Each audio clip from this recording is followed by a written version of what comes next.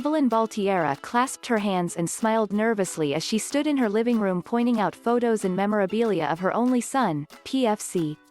Brian Baltierra, one of 9 men who died when their amphibious assault vehicle sank to the ocean floor off San Clemente Island during a Marine Corps pre-deployment training raid this summer.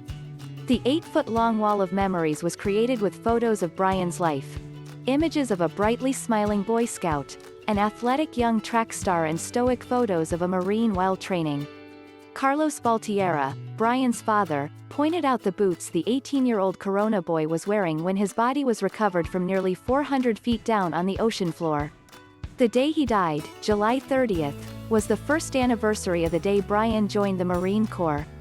Marine Corps officials crisscrossed the nation this week to personally deliver the results of an 8-month investigation into how Baltierra and the other men died while training. Finding a series of failures up and down the chain of command and in the training and equipment, the investigation said the deaths were preventable. At 11 a.m. sharp on Monday, March 22, the Baltierras, and their 3 daughters, Natalie, 24, Emily, 22, and Sarah, 17, heard that familiar firm knock on the door. The sound was the same as the one that shattered their lives nearly 8 months ago when at first Brian was reported among the missing hours before he was confirmed dead. 4 sharply dressed Marine Corps officers entered. 2, Chaplain Joe Stevens and Casualty Assistance Officer Chris Almont, have been with the family throughout the last many months. Colonel Mark Van Schike was there to deliver the findings of the investigation, which were publicly released Thursday after all the families had been briefed. Another Marine officer from the Judge Advocate's office was on hand to answer questions. Each looked over at Brian's memorial wall as they entered the home and moved to the family's kitchen table after initial greetings.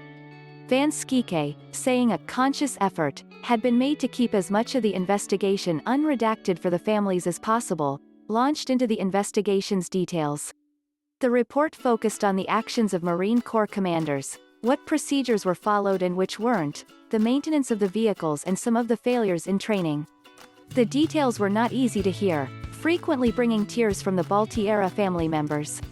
Van Schike talked about some of the events that day on the island that likely later played a role in the accident, including that the AAV was among a few vehicles of the group of 13 that had mechanical failures. The investigation said it appeared to be out of oil in the transmission. The driver brought that to the attention of the rear crewman and he started looking at the engine to see if he could find the source of the leak, Van Schike said.